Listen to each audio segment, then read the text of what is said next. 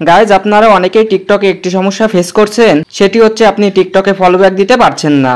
তো এই সমস্যাটা নিয়ে আপনি অনেক টেনশনে রয়েছেন। তো আজকের এই ভিডিওতে আমি আপনাদেরকে দেখিয়ে দিব কিভাবে আপনি টিকটকে ফলো ব্যাক সমস্যার সমাধান করবেন। তাই ভিডিওটি মনোযোগ সহকারে দেখতে থাকুন। আর যারা চ্যানেলটি এখনো সাবস্ক্রাইব করেননি, চ্যানেলটি সাবস্ক্রাইব করে দিয়ে পাশে থাকুন।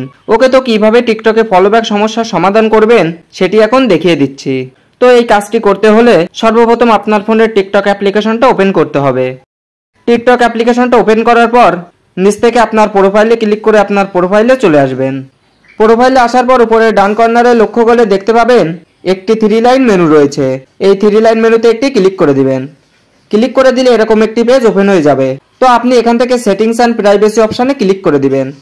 সেটিংস অ্যান্ড প্রাইভেসি অপশানে ক্লিক করে দিলে এই পেজে টিকটকের সকল ইনফরমেশন সেটিংগুলো ওপেন হয়ে যাবে। তো আপনি এই পেজটা স্ক্রল করে হালকা একটু নিচের দিকে চলে আসবেন। নিচে আসলে এখানে একটি অপশন দেখতে পেয়ে যাবেন রিপোর্টে প্রবলেম। সিম্পলি আপনি এই রিপোর্টে প্রবলেম অপশানে ক্লিক করে দিবেন। ক্লিক করে দিলে আপনার সামনে এরকম একটি পেজ ওপেন হয়ে যাবে। এই পেজে আপনি অনেকগুলো অপশন দেখতে পেয়ে যাবেন। এই পেজ থেকে আপনি ইন্টারেকশন অপশানে ক্লিক করে দিবেন।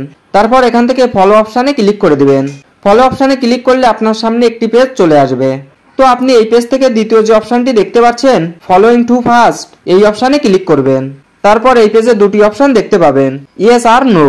তো আপনি এখান থেকে নো অপশানে ক্লিক করে দিবেন। তারপর এখান থেকে নিড মোর হেল্প, এই অপশানে ক্লিক করবেন। নিড মোর হেল্প এই অপশানে ক্লিক করলে আপনার সামনে এরকম একটি ইন্টারফেস চলে আসবে। তো এই পেজের নিচের দিকে লক্ষ্য করলে দেখতে পাচ্ছেন একটি মেসেজ করার অপশন দেওয়া রয়েছে। আপনি এই মেসেজ অপশানে ক্লিক করবেন। তো এই পেজে মূলত আপনাকে মেইন কাজটি করতে হবে। আপনার টিকটক আইডিতে যে সমস্যাটি হয়েছে সেই সমস্যার কথাটা আপনাকে এখানে ভালোভাবে লিখতে হবে। তো আপনারা অনেকেই বুঝতে পারেন না যে এখানে কি লিখতে হবে। তো এখানে কি লিখতে হবে সেটি আমি এখন দেখিয়ে দিচ্ছি। তো লেখাটা আমি আগে থেকে লিখে রেখেছিলাম, এজন্য লেখাটা এখানে পেস্ট করে দিচ্ছি।